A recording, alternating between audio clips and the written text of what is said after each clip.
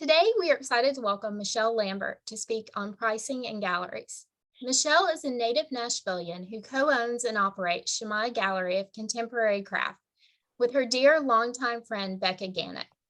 Becca is a potter, Michele is a painter, and together they put a roof over the heads of approximately 40 Middle Tennessee artisans at the nationally known historic Loveless Cafe in Nashville. Michele's professional background includes teaching and selling her work through galleries in Nashville, Atlanta, and Fort Worth before opening Shemai. She is a practicing artist who loves talking with other artists about their ideas and processes, and considers listening and giving emerging artists encouragement and advice a great honor. The time she and Becca have had working with galleries over the past 35 years informed their choices in being gallery owners. They feel that being artists themselves gives them an important and unique perspective as they help others develop and sustain their careers. Thank you for joining us in this space today, Michele Lambert. Hi, thank you. I have to tell everyone that I'm at a little bit of a disadvantage. I broke my wrist last week and I'm only operating with one hand. And there's something on my screen that I can't make it go off. So whatever it is that I look like, we got to just accept. I can't see me. So let's start. And I really enjoy conversation and dialogue more so than just me talking. And so I've asked Bonnie if she can prompt me, and I would appreciate it if questions were in chat boxes that we go ahead and address them immediately, because I just enjoy conversation more. So, okay, should I just start talking, Bonnie? Yeah, pricing your artwork we've got pulled up, and our first topic, consider the income you need as an artist. Yeah, a lot of times when we're faced with wondering how to price our work, we think about the amount of money we've put into materials and that we need to make that back plus a little profit on that.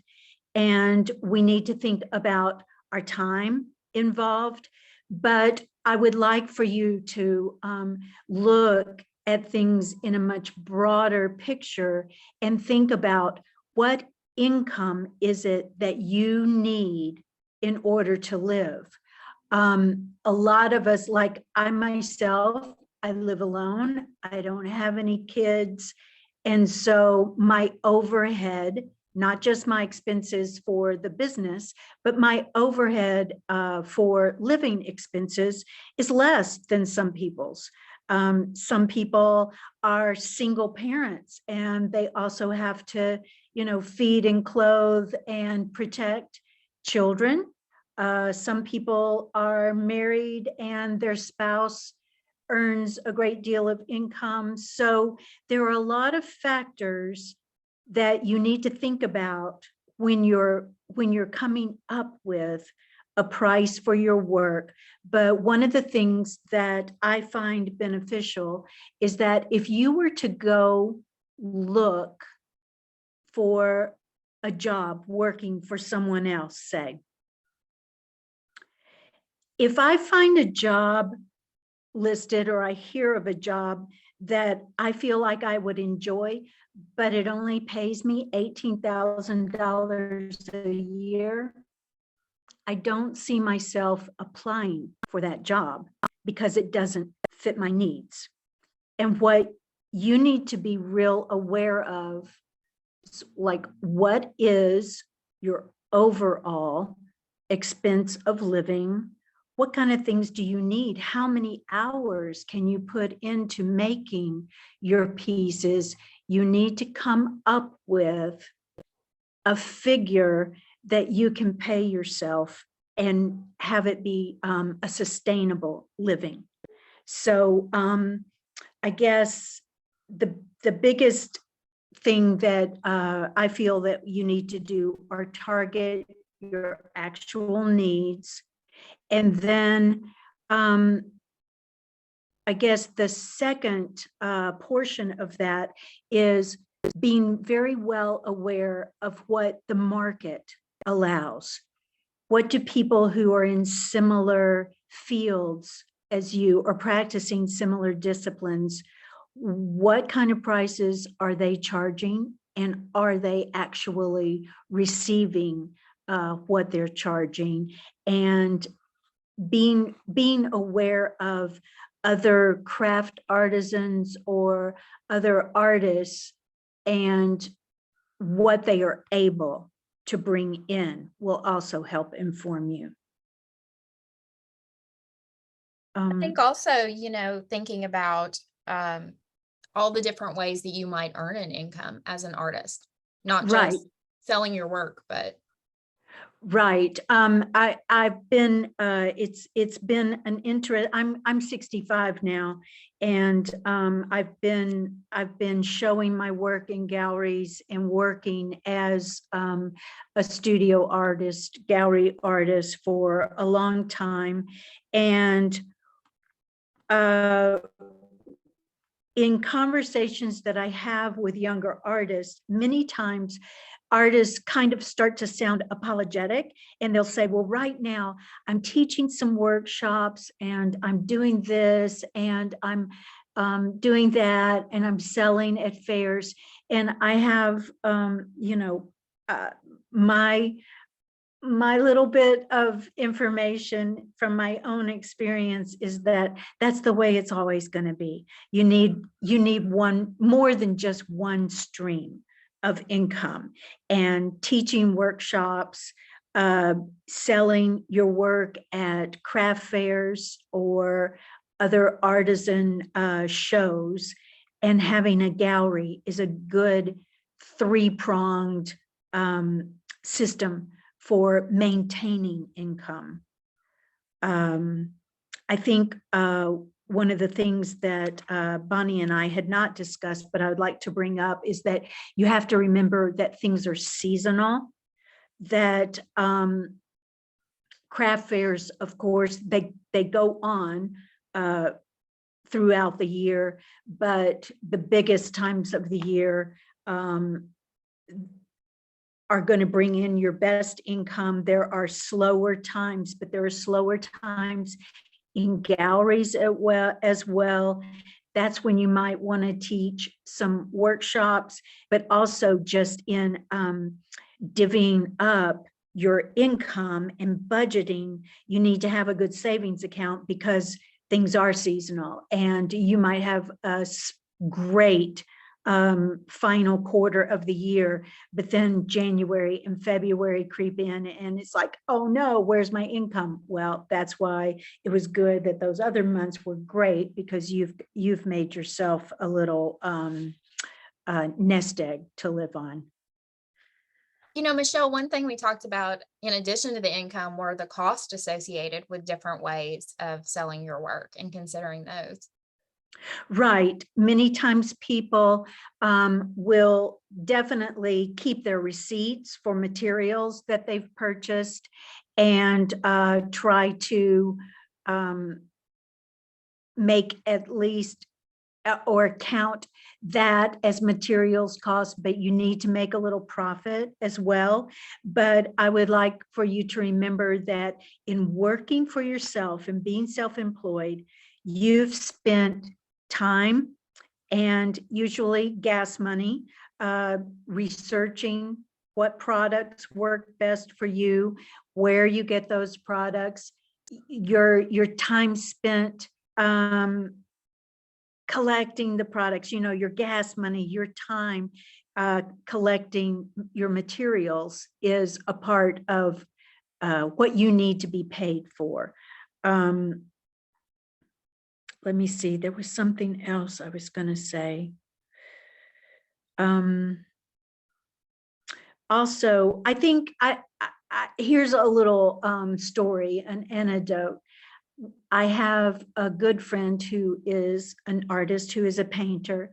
And one time at one of his openings, someone motioned to one of his paintings and says, how long did it take you to do a piece like that? How long do you spend on a piece like that? And without missing a beat, his answer I thought was so perfect, because he said about 25 years and an afternoon. And when people are purchasing handmade products, they're purchasing your experience, the time that you've put in to mastering your craft and to knowing which materials are best for you, and all the things that you've put into getting there. So just like if you were to major, say that you majored in accounting, when you get that degree and go into an accounting job, you're paid for your expertise.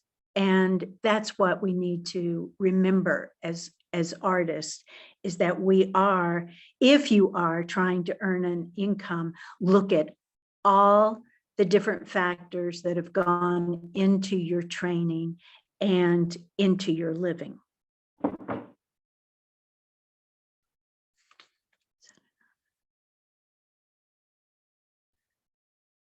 Our next topic was setting the price that is right for your artwork. Okay, here's a little something that is in one way distressing, but it's also very informative. In setting the price for your artwork, one thing to consider, one thing to know is that the people who are your buyers dictate a lot of that. And seeing what the market allows as far as prices go is a very important thing. I live in Nashville, and business expenses, the expense of living here is way higher than it is in Dixon or in McMinnville, in a smaller area. Therefore, I'm probably going to set my prices higher than an artist who lives in a smaller area, who has a lower degree of cost of living. But also, like, for instance, when at the craft fairs, when we have artists from different areas, sometimes I'll go walking around the fair and I'll see potters with a cup that is $18, $20, $24. And then I see a potter with a cup that I want, but it's $50 or $60. And I have to think, oh my, but then I found out, okay, this artist is from Chicago. Well, of course, that cup is $60. I might not be the one who's able to buy a whole set of them, but in pricing your work, if you need X amount of dollars and it's more than what you would get in a little shop in a small town, you just have to target larger markets. Does that make sense? Yes, I think too, when we talk about our craft fairs, we really don't want artists to undercut each other. Right. If you've got a similar quality of work, then you should be commanding the higher price point too, because you're in the same market. It doesn't matter if you came from Chicago or if you came from, McMinnville, I should say. Right. Right. I love McMinnville landscaper's paradise, but you are in a marketplace where you're selling to an audience. And that I think having some consistency across that marketplace, that it's a good way to build community and not make enemies as an artist. I completely agree. But in hearing something that you said about consistency, something that I would like to bring up is that no matter if you sell a cup or any product from your studio, or if you're at a craft fair, or if you're in a gallery, your prices need to remain consistent across the board. Because if someone can come to your, and I know we all have close friends and family that we, either give things to or we offer a deep discount. But I'm just talking about our any consumer. If they come to your studio and can get a cup for $24, but you're selling it for $40 at the craft fair and for $44 at a gallery, you're shooting yourself in the foot, because then they're not going to want to buy from you at a craft fair. They're not going to want to go to a gallery. And then you'll be saying to yourself, well, that gallery doesn't make any sales for me. But if you're selling something from your own studio for half the price, then they're not going to want to. So remaining consistent across the board is not just a rule of thumb. I feel like it's an ethical practice. Yes, I hear that consistently from all gallery owners that we work with, that they expect that you're going to figure out your pricing looking at the full range of all the places that you're selling. And if you need to sell that mug for $60 in a gallery in order to make that income off of, when the gallery takes their portion, then you need to think about whether that's attainable in the craft fair as well. And how are you gonna, maybe you make different things? I mean, what do you think? Yeah, I think for any artist, no matter what your discipline is, it is a really wise decision to have things at a wide variety of prices. As a painter, I can tell you that as a gallery owner, the majority of the work that we sell is not an $800, $1,200, $1,600 painting or piece of sculpture. The majority of work that we sell, will be the smaller items. But when people come to your shop and see, everyone is always very pleased with just the environment that we present at Shimei, and they enjoy being in our shop. They might not have come for a painting or a piece of sculpture, but they see it, and every time they come in, they're seeing beautiful things to wear. They might have purchased something from you at $68 because they couldn't have afforded the $225 piece yet. But then one of these days, they're going to buy the $225 piece and then an $800 piece, and maybe commission you to do something for their personal space. So I feel like having a wide variety of prices allows someone to become a collector and just to become introduced to what it is that you do.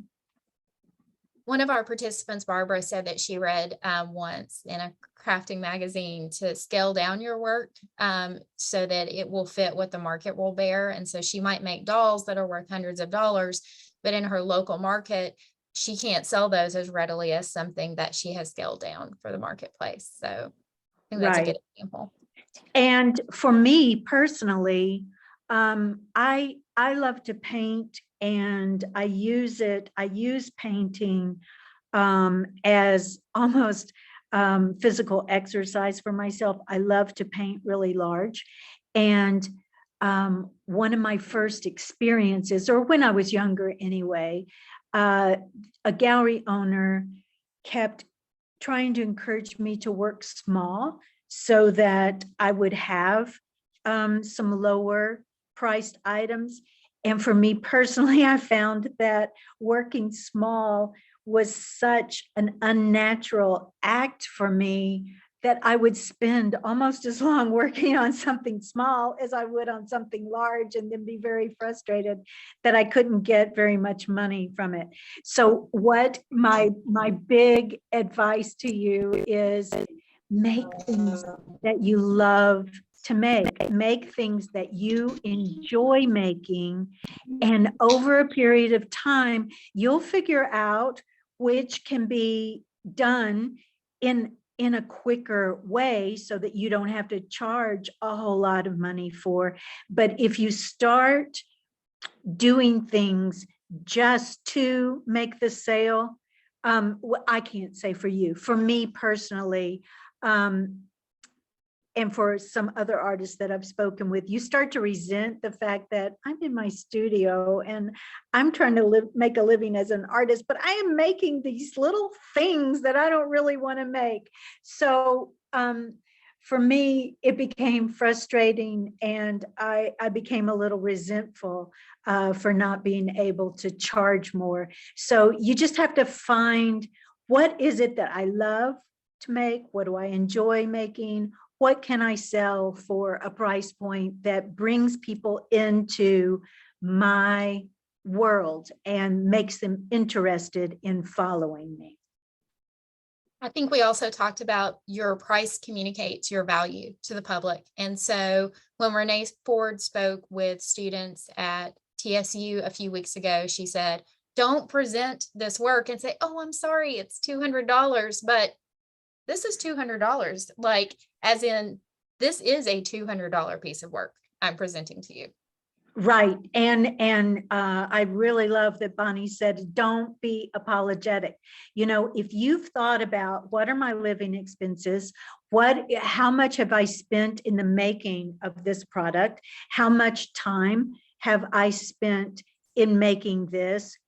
You would not ever apologize for taking a paycheck. If you worked at Kroger, you wouldn't apologize for taking that paycheck. You know what your expenses are, you know what your needs are, you know what your skill level is, and being confident in yourself, being satisfied with what you're doing.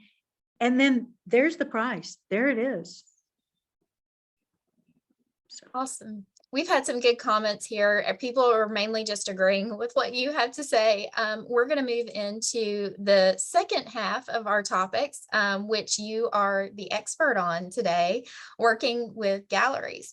And so the first topic that we have is how you research galleries to find the right fit for you and your artwork.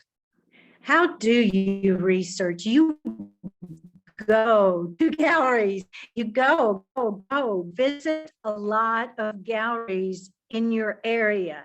And the reason why I say in your area is because it's very tempting to go on a vacation and find a little gallery that you just love and think, I want to be a part of this. And then you're nowhere near to be able to keep an eye on how your work is displayed, how well the gallery owners know you or talk about you. You've got very little knowledge, let alone control over anything there. So I would suggest going to a lot of galleries and not just visiting them once, but going at different time periods to see what other work is there, what are the prices like there, how do you feel when you're in there? You know, I had many times people try to get me to join particular galleries and say, oh, I think your work would work well here. But the moment I would walk through the door, I would feel something that is like, oh, this is way more pretentious than I am, or this is, I don't feel comfortable here. Therefore, I'm not going to sell my work here just because I can put this on my resume. Now, I'm not dissing that, because there are a lot of people who do things like that, and it works well for me personally. I have to feel comfortable. I like knowing the people that represent me. And when you are thinking about a gallery, the word representation is a little, well, the only thing that's coming to my mind right now is standoffish. I think what's important is that you know who the gallery owners are. They know who you are, and you possibly know other people in that gallery who have had experiences there. You know, are they getting paid on time? What does the contract look like? How do they feel about what is being done for them? What is being offered for them in this gallery? The gallery isn't just representing you. You're representing the gallery as well. And so it needs to be, there needs to be a relationship there. And also knowing, I think, how the gallery connects with the public, like how are they connected to the community? How are they marketing themselves? Who's their audience? Right. For Becca and myself at Shimei, we have been so fortunate to have a space at the Loveless Cafe. And for us, it's been a really, really wonderful relationship with them, because we have a built-in steady stream of traffic. It's tourist related. It's not neighborhood related, it's tourist related. And so our clientele is year after year, day after day, fresh. A lot of times if you are looking at a gallery, say in a suburb, it might be a really, really lovely place, but once their market has been saturated, you might not be relevant there anymore. If someone has 4 or 5 of your pieces, they're going to move on to another artist. Whereas in a tourist related area, every day new people are coming through our door. It doesn't mean that we don't have a clientele that is our own community, and we have a lot of really, really faithful, loyal customers that kept us open during pandemic, and we're very, very grateful for the people who have followed us for years and years. But it's important to know each other. Yeah, and that you're in the same intentional space. I mean, that their mission fits with what your intentions are as an artist. Right, right. Yeah, in many instances, the gallery is not owned by an artist, and so their philosophy is a little bit different in having a gallery. They might be art lovers, but not being artists themselves. The making of the money is the most important aspect. And of course, the gallery needs to stay open. We all want to make money. We want to make money for each other. But in a gallery situation, like for Becca and myself, since we're both artists, we love making studio visits. We love knowing as much about you as we possibly can, because we want to tell your story. When someone comes in and looks at a piece of your work is new to their eyes. It's not what they see at a mall or at any kind of mass-produced outlet. And so the more we know about you, the more comfortable we feel about selling for you.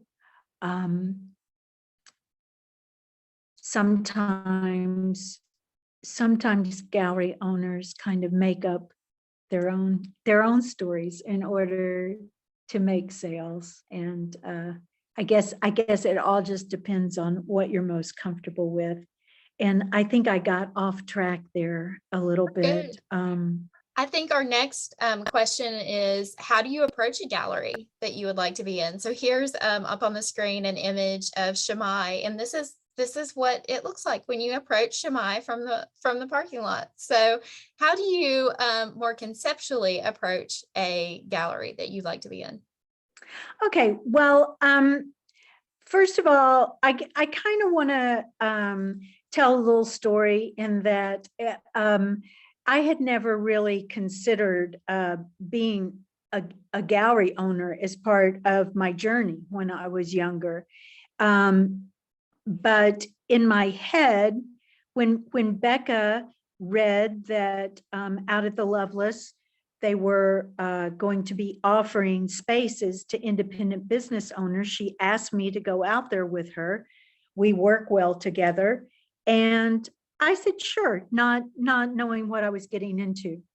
And this little cottage in the corner is the space we were offered.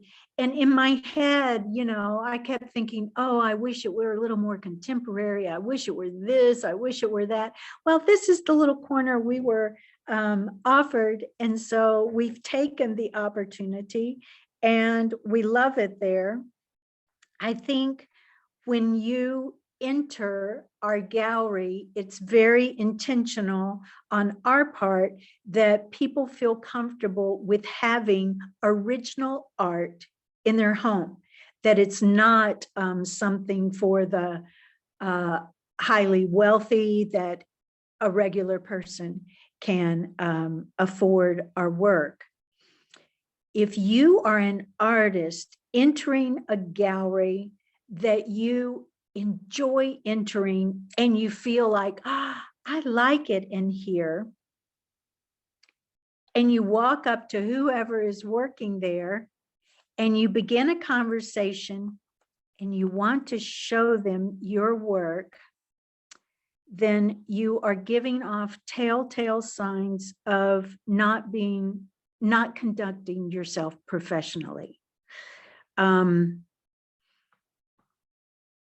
When a gallery owner or operator, whoever is working there, when they are open, they are there to make sales. We are there to make sales for our artists.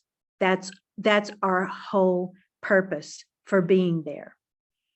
If you are an artist and you walk in and there are several people there, but then you try to monopolize that person's time by talking about your own work rather than allowing them to do the work for their artists, then I want to say that most times gallery owners are not open to that. If you were to approach whoever is working there and ask for a business card, and then ask, is there a specific procedure that you follow in order to have your work shown here? They will more than likely say yes. Now, not every gallery is going to have the same procedure, but they have a system. If they tell you what the system is, follow that system. If they tell you, okay, so what Becca and I do is we hand you a business card. We show you our email address on that business card, and we ask you to send us 8 or 10 photographs of what you do, including the price point and a bio and resume for yourself. If that comes to us, we look over those slides, and if we feel like we can make sales for you, we call you in for an appointment to see the actual work. Cold calls are very off-putting. I do know people who say that they've done well with cold calls, but I would like to encourage you to, if you want to be viewed or accepted as a professional artist, I would like to encourage you to respect yourself and to conduct yourself professionally and as if you were applying for a job. You wouldn't just go into any other business and say, hey, how do I get my work here? So, okay. I feel like I've chatted all that I can about that. Oh, that's great. I think we talked about, being Tennessee Craft, doing craft fairs, that your procedure is just as important to you as a craft fair procedure for applications. Right. That's So a you got to very follow good that. point. Yeah, because when you apply for any craft fair, there is a specific procedure that you go through. You don't even expect your slides or your images to be viewed if you haven't followed those specific procedures. And that's the way it is. And it's just that not every gallery is going to have the same procedure, but you want to do it the way they intend to do it. So Michele, as a gallery owner, what are you looking for from a potential craft artist, visual artist that's coming to you? Yeah, that's a great question, because we've had many people approach us who have developed a skill, and it is obvious that their craftsmanship is good, but their work might not be original. And as gallery owners, what we're looking for is something that is not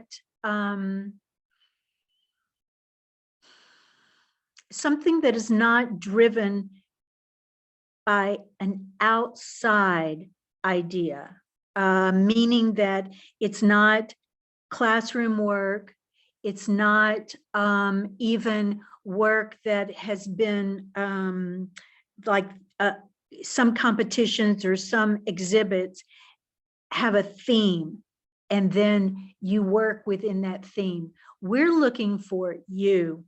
We are looking for someone who has something to say all their own, and couples that with mastery of their skill and fine craftsmanship, but showing you something that you're not going to find anywhere else. So you're just taking things beyond an outside influence and turning it into, okay, this is what I want to say. You've all shown at craft fairs, or you've been to craft fairs, and you come across people's booths and you look at the work and go, oh, this is nice. But in your head, you might be thinking, yes, but I've seen several booths like that, or I've seen works at several places like that. And then you come across somebody's booth where, look what they've done. That is so interesting. And you want to start a conversation with that person. How did you do this? And what made you think of this? It could be their love for nature. It could be, love for their family. It could be literature. It could be there's someone that I adore her work, and she bases things off of designs of Persian rugs. And I just find that fascinating, something that is meaningful to you.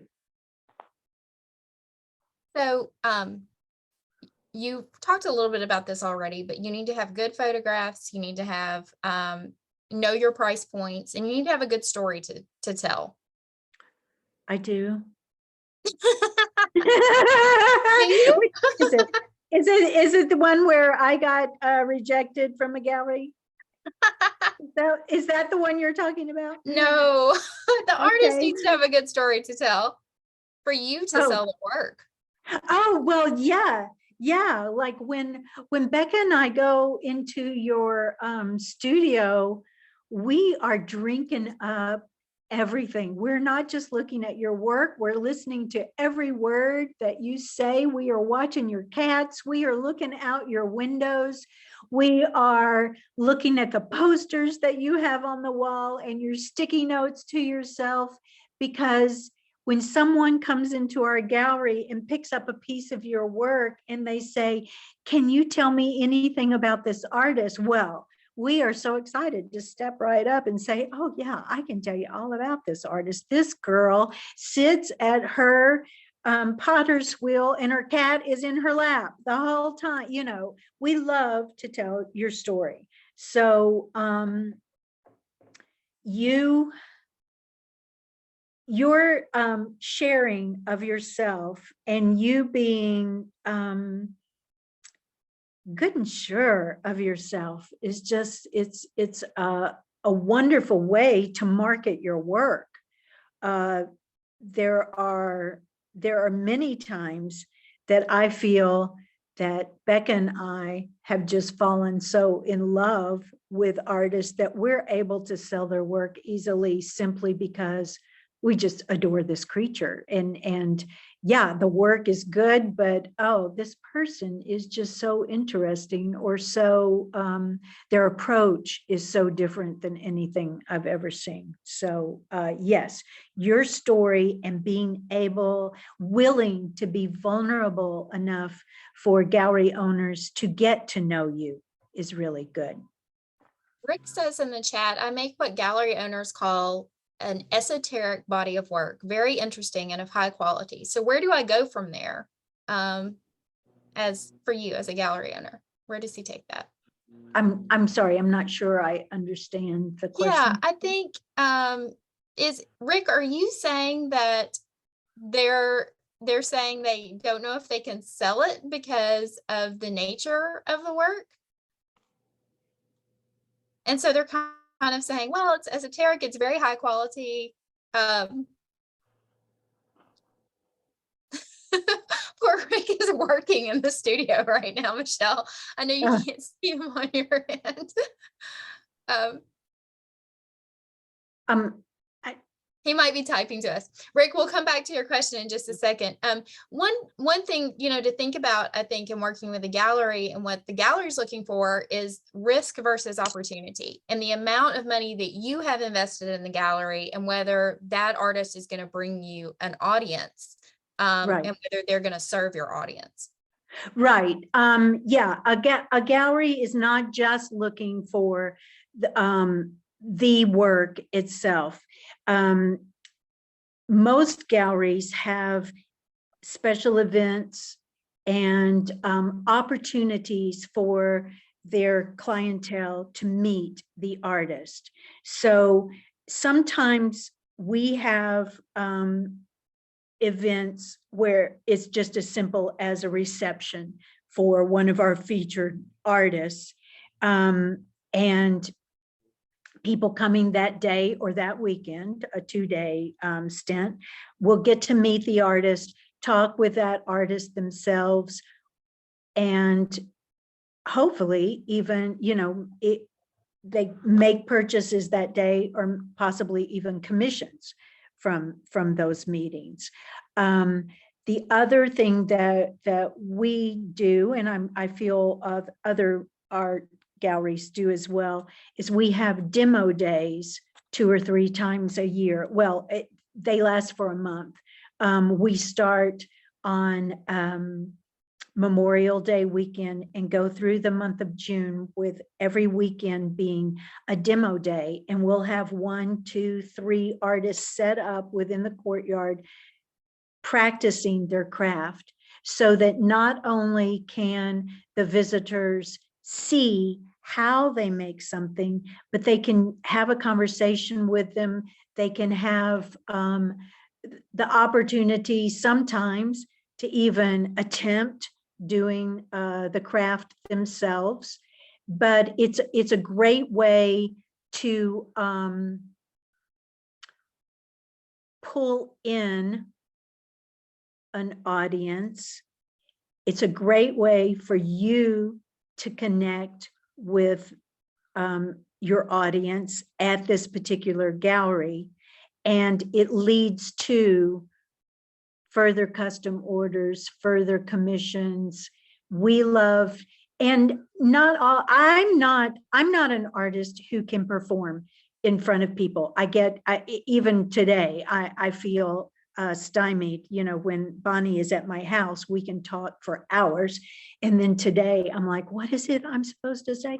But I'm not a good demonstrator because I do most everything extremely quietly and privately.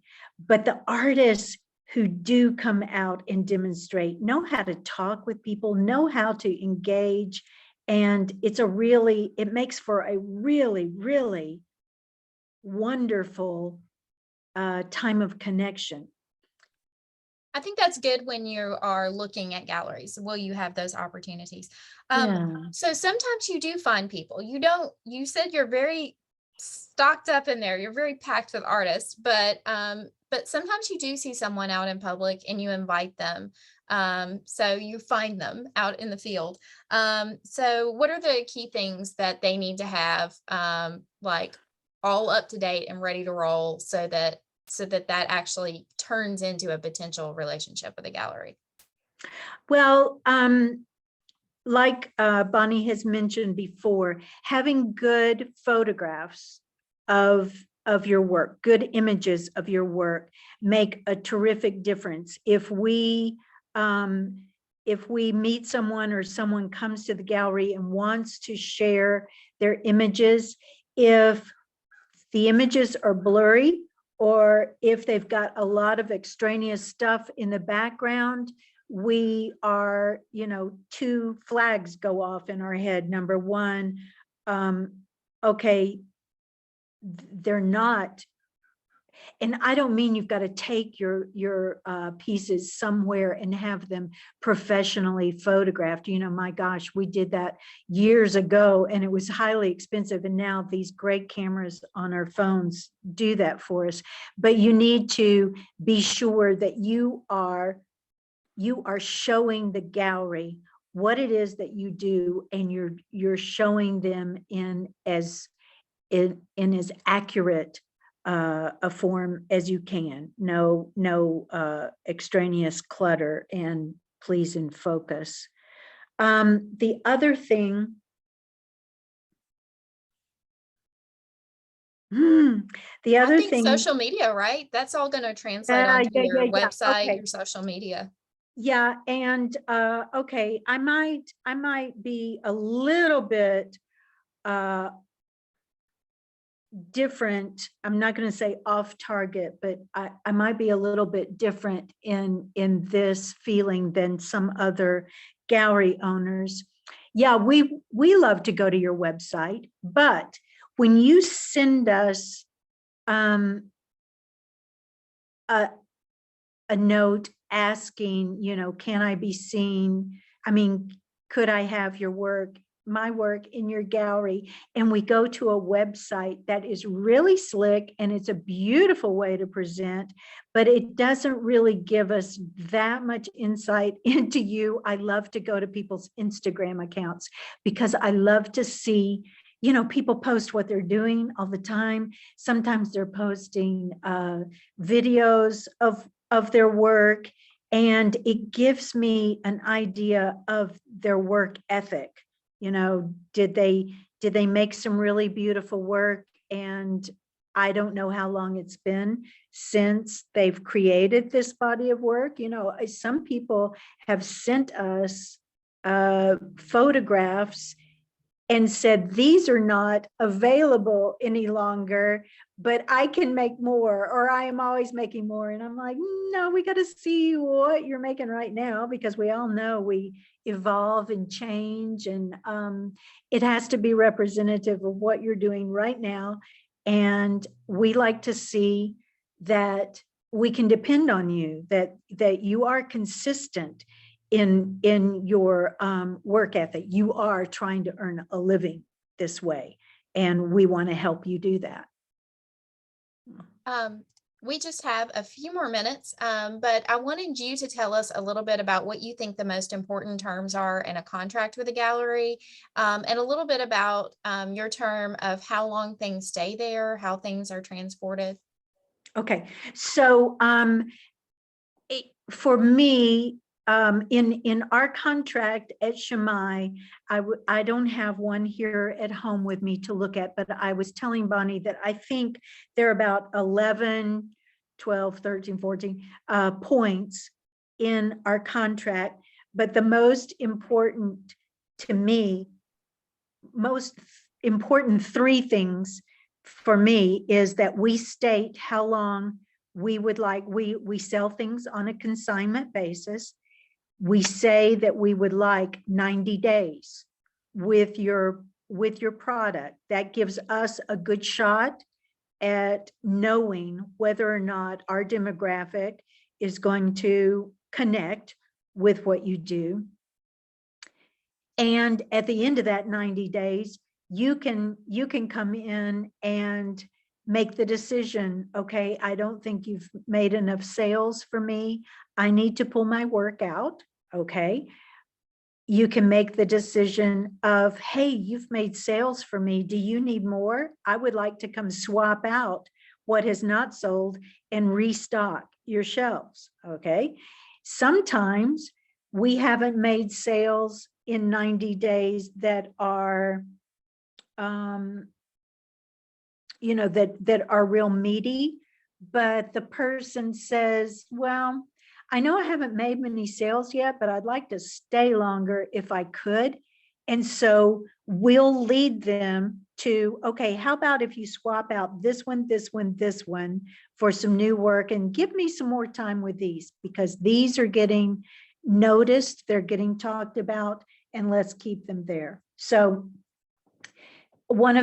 I feel like one of the advantages of having an artist run gallery is that Becca and I understand that you do craft fair work, and we feel like at the end of 90 days, if you want to swap everything out, if you can't do it, okay, we're supportive of you. If you have a really, really good craft fair and you come back and you've got one again, you've got back-to-back craft fairs, you've got 2 weeks, and you call us up and you say, I had a great fair in Asheville, and I'm so sorry, but I need to pick up some of my work. We're supportive of that, because we're artists and we know what you're doing. We're trying to help you earn a living. It's the most respectful thing to do is call as soon as you know that. If you just show up and say, I have to pull some pieces, that doesn't work for the gallery, because all of a sudden, boom, this area is left blank. And now I'm left scrambling to know how to fill that up. If you need to collect something for a show, if you can give me a week advance, if you can give me 2 weeks advance, that's great. But if you can give me a week in advance, I'll know I'll have your work ready for you and I'll have your space filled again. But just showing up and taking something is not a good practice. The other terms that you had mentioned were the payment schedule, whether the gallery was insured, is there a security system, who would be Right. liable for natural disaster. So I think those are all pretty standard. We did, Mary Nell's presentation last week went through a lot of the elements of the contract, but those are the ones that you had highlighted. I wanted to come back to Rick's question, which was actually, I think, our last topic, which is if a gallery turns you down that you would like to sell in, what does that mean? And where do you go from there? Okay, well, I really love the fact that Bonnie is showing this particular piece for this particular question, because I did an entire series of this mixed media. It's watercolor and charcoal and pencil. I did a whole series of these botanical type drawings within an abstract format.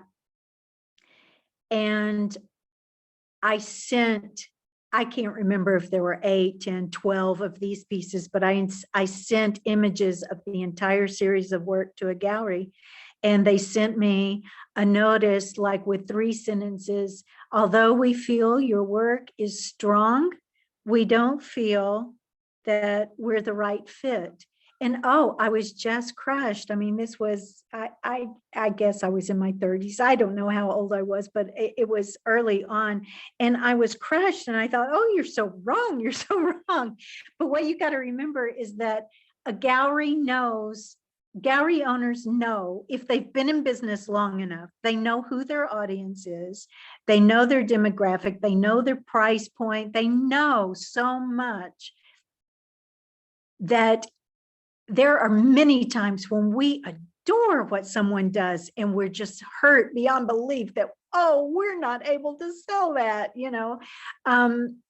But hopefully Becca and I, and hopefully other galleries, try to direct you to a more appropriate venue for your work. It does not mean, if you're rejected from a gallery, there are so many factors involved. It doesn't mean that the quality of your work is poor. It doesn't mean that you've done something wrong. It simply means that as a business decision, we don't feel like we can sell this. And so we try to send you to who we do feel has the audience for your work. Yeah, so that was Rick's question, which we were clarifying. And he said, well, I guess I'll just keep looking for the right fit.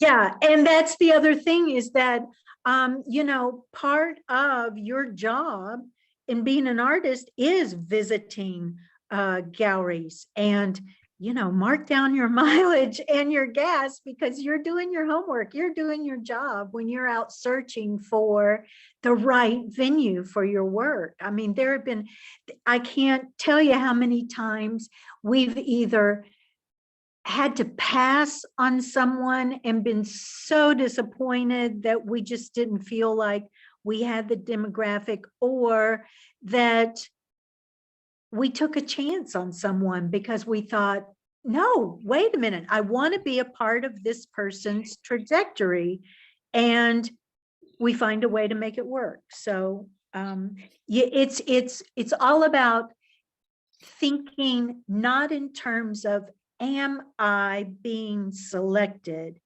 as much as it is about building a relationship.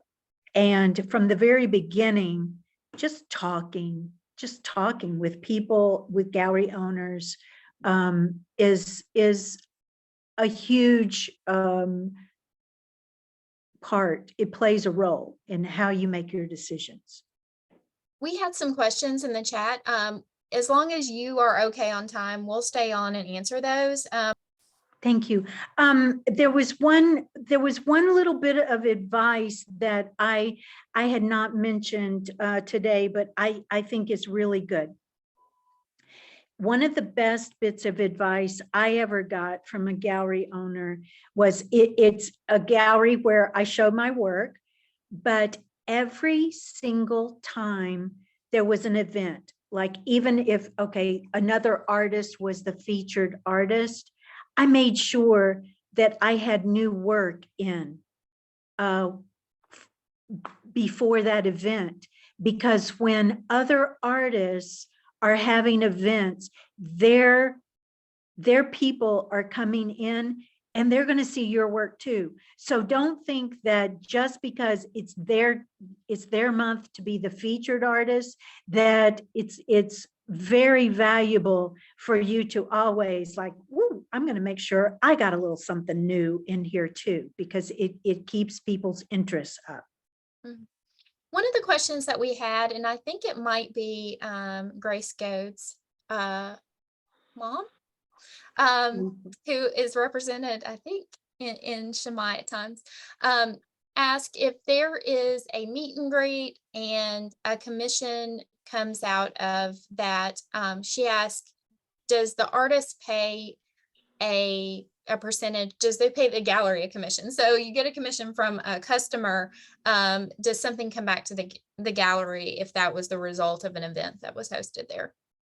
Well, I can only speak for Shemai. The way the practice that we maintain is that the things that are in our space physically, Shemai's commission is 40%. Like the artist gets 60% on a sale, and the shop gets 40% of that for their overhead.